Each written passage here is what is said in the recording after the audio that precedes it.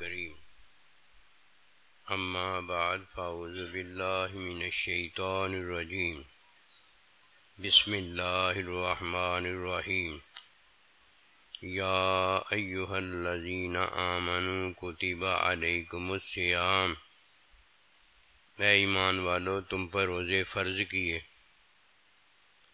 اللہ سبحانہ و تعالیٰ کا ایمان والوں پر روزے فرض کرنا اس لیے ہے کہ وہ متقی پرہیزگار ہو جائیں۔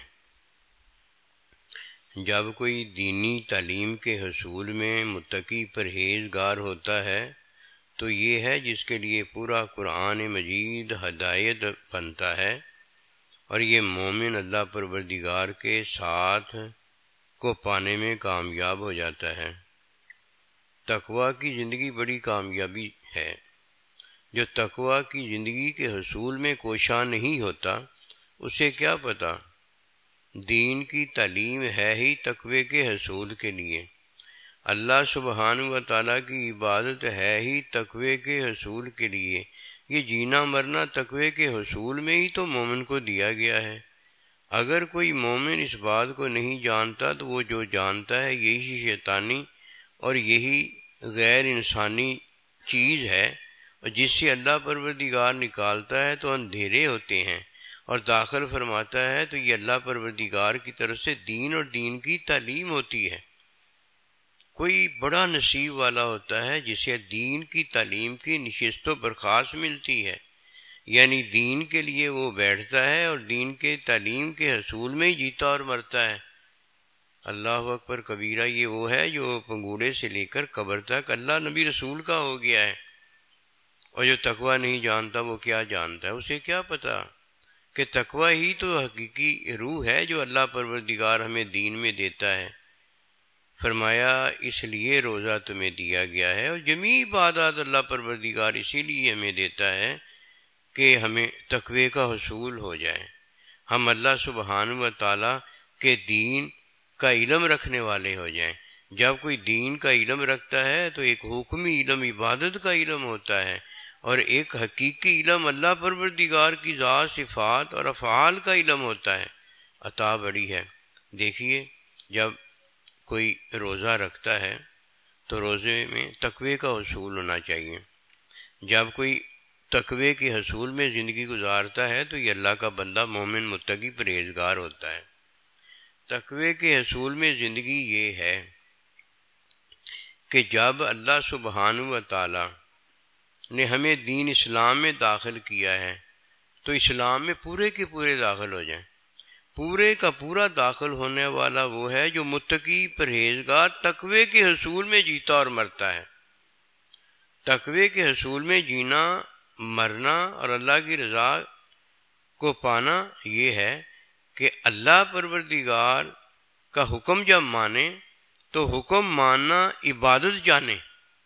عبادت میں دو کام یہ لازم رکھے کہ عبادت میں حرام کا ارتکاب نہ کریں اور عبادت میں حرام کی طرف دھیان نہ لے کر جائے۔ جب کوئی اپنے عمل کی اصلاح اس طرح کرتا ہے، اللہ اکبر کبیرہ، یہ متقی پرہیزگار ہوتا ہے۔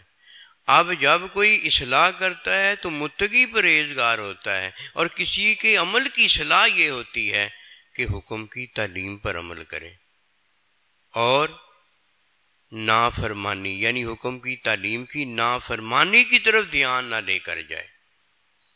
یہ انسان ہے جس نے تقوی کے حصول میں اب کوشش کی ہے، اور اللہ کی راہ میں کوشش کرنے والے کے بارے میں اللہ کا وعدہ برحق ہے کہ اللہ اسے اپنی راہیں دکھاتا ہے۔ متقی اور تقوی کا حصول حکم کے خلاف حرام کا ارتکاب نہ کریں، اور حکم کی تعلیم کے خلاف نافرمانی نہ کرے، اور حرام کی طرف اور نافرمانی کی طرف دھیان نہ لے کر جائے۔ یہ متقی ہے، یہ پرہیزگار ہے، اور یہ بڑا کامیاب انسان مسلمان مومن کامل ہے۔